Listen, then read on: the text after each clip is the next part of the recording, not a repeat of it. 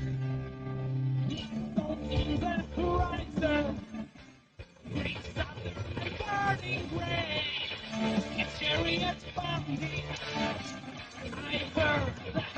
the horizon greater and founding at the screen is hello everyone, and welcome back to the Underground Fleet.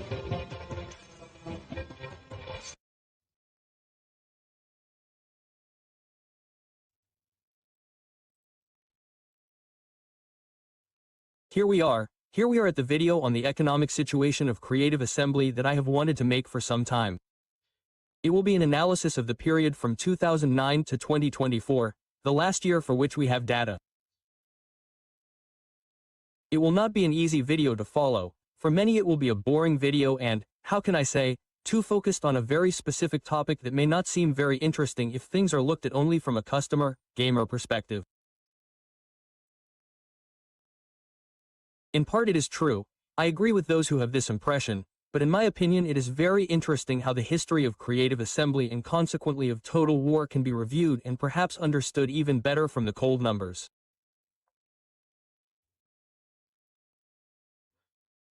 To make this video I got help from someone much better than me, who was able to analyze the data and therefore allowed me to make this video that I swear has taken a lot of work to bring to you. The first part of this video will be dedicated to explaining certain terms that are essential to understanding what we are talking about. If this part doesn't interest you, skip to the second chapter, since I've included the chapters of the video to make it easier to watch. Thanks everyone. Okay, are you ready? I'd say let's start, but not before reminding you that, as always, we look forward to your opinions in the comments and remember to like it. We can say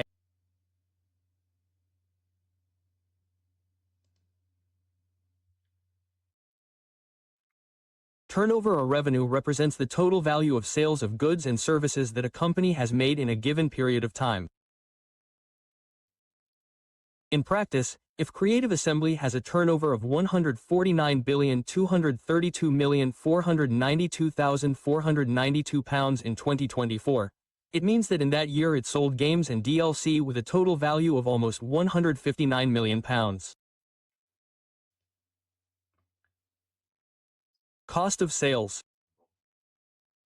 This item includes all the costs directly attributable to the production of the goods or the provision of the services that the company has sold.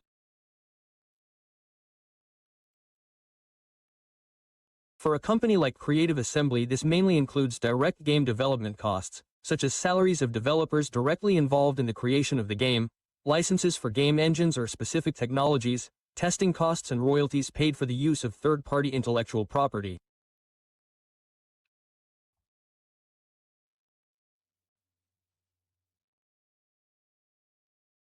Gross profit, which in Italian translates as gross margin or gross profit, is the difference between total turnover revenue generated by sales and the direct cost of goods or services sold, cost of sales. The formula is simple. Gross profit equals turnover cost of sales. It shows how much profit a company can generate from each pound or euro of sales after covering only the costs directly related to production. If the gross margin is high, it means that the company is efficient in producing its goods or services at a low cost relative to the selling price. The gross margin is the money left over for the company to cover all other operating, administrative, marketing, and research and development expenses that are not capitalized. Before arriving at net profit, for example, Creative Assembly. If they have a creative income of 100 million and a cost of sales of 70 million, then their gross profit will be 30 million. This means that after covering the direct costs of developing and delivering the games, they have 30 million left to run the company, do marketing, and pay taxes.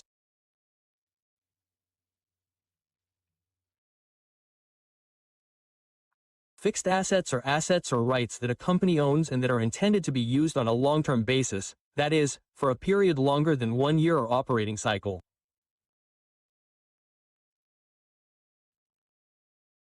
The primary purpose of these assets is not to sell them in the short term to generate revenue, but rather to produce goods or services or to manage the core business operations.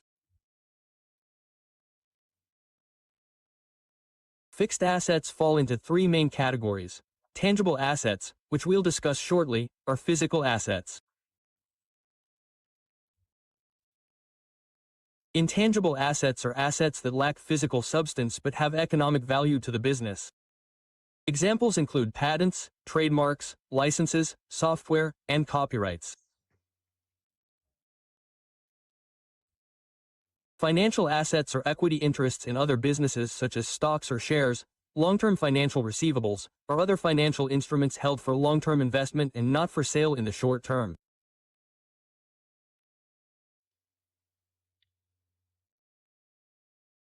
Tangible assets are a subcategory of fixed assets. As the name suggests, they are tangible physical assets that you can touch and see.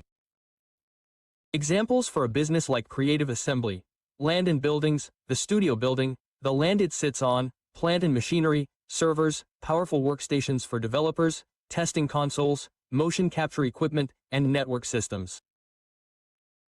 In summary, fixed assets are a broad concept that encompasses all of a company's durable assets, whether physical, non-physical, or financial.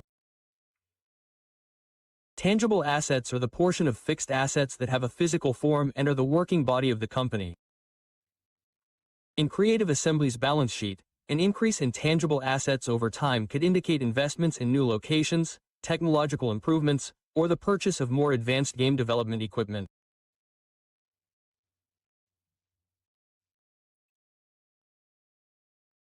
Current assets, or current assets in Italian, represent all of those assets and rights that a company owns and that are expected to be converted into cash, sold, or consumed within 1 year, or over a standard operating cycle, whichever is longer, but 1 year is the norm for most companies.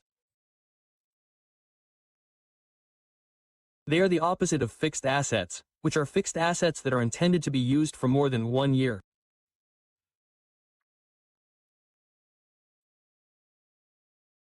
The main components of current assets are cash at bank and in hand, the cash available in the company's cash register and bank accounts.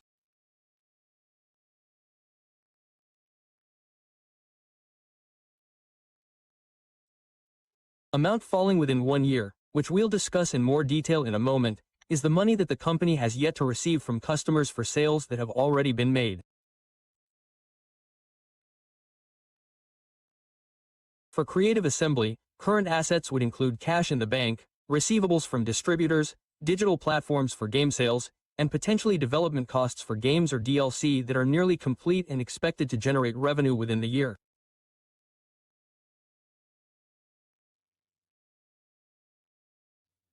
Receivables that will fall due within 1 year. This is a key component of current assets. Accounts receivable or trade receivables represent amounts that customers owe the company for goods or services that the company has already provided or sold, but for which it has not yet received payment. The specification amount falling within 1 year means that these are receivables that the company expects to collect within the next year from the balance sheet date. Why are accounts receivable important? Accounts receivable indicators indicate that the company has made sales on credit, giving its customers a certain period of time to pay. This is very common in the business world, including in the video game industry. Impact on liquidity. Although they represent value to the company, they are not yet cash. Their effective conversion into cash is crucial to the company's ability to pay its debts. A high amount of receivables could mean that a lot of money is tied up and not immediately available. Risk of bad debt. There is always a risk that some debtors will fail to pay, turning a portion of the receivables into losses. Companies usually set aside funds to cover these potential losses.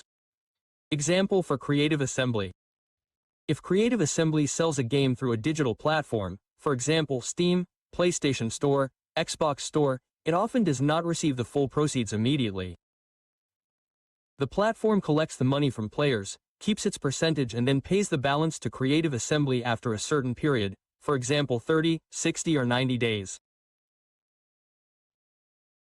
During this period, the amount owed to Creative Assembly by the platform is recorded as debtors until it is actually collected.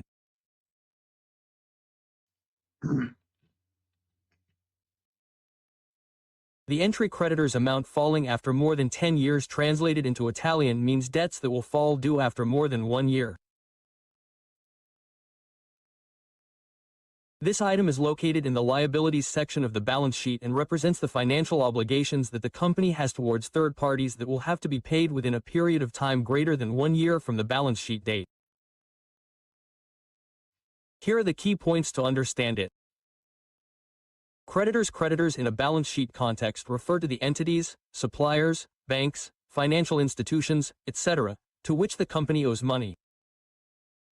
They are the liabilities of the company. Timing distinction. The crucial part of this item is its maturity. Within 1 year refers to short-term debts, that is, obligations that the company must pay within the next 12 months. These include accounts payable, salaries unpaid, short-term bank debts, etc. After more than 1 year refers to long-term debts, that is, obligations that the company has more than 1 year to pay.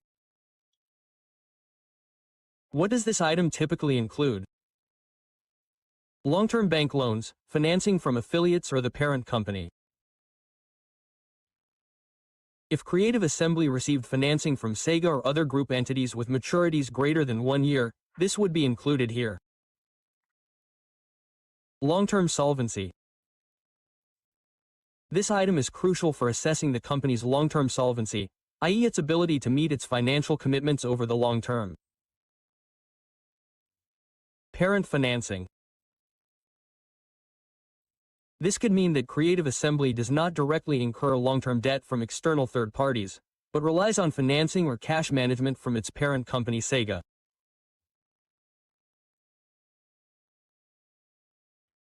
It could finance Creative Assembly's activities through intra-group loans or capital infusions that would not necessarily appear as present in this item. On the individual subsidiary's balance sheet, but could be managed at the group level.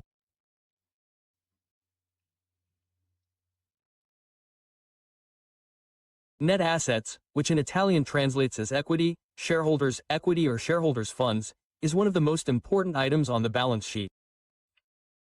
It represents the residual value of the company once all its liabilities, debts and other liabilities have been subtracted.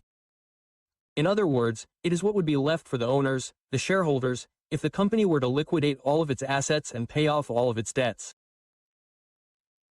The formula is net assets equals total assets minus total liabilities, total liabilities.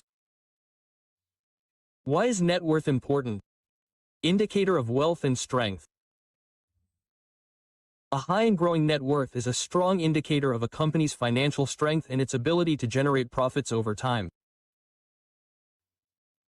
It represents the wealth accumulated for shareholders. Ability to absorb losses.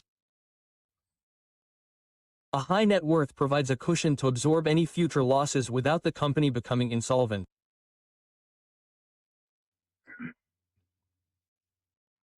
The term profit and loss account. In Italian, this item is often translated as retained earnings or losses or retained earnings.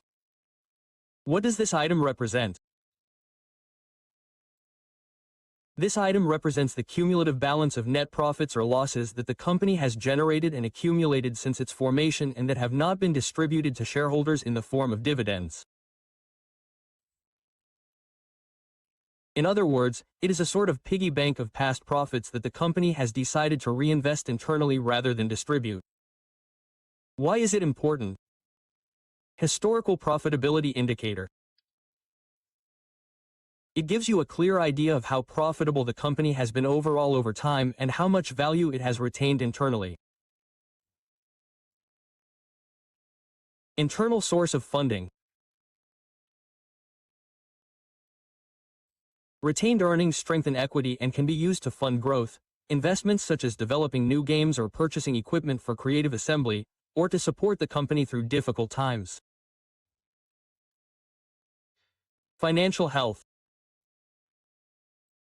A positive and growing balance of this item is a sign of good financial health and the ability to generate long-term shareholder value.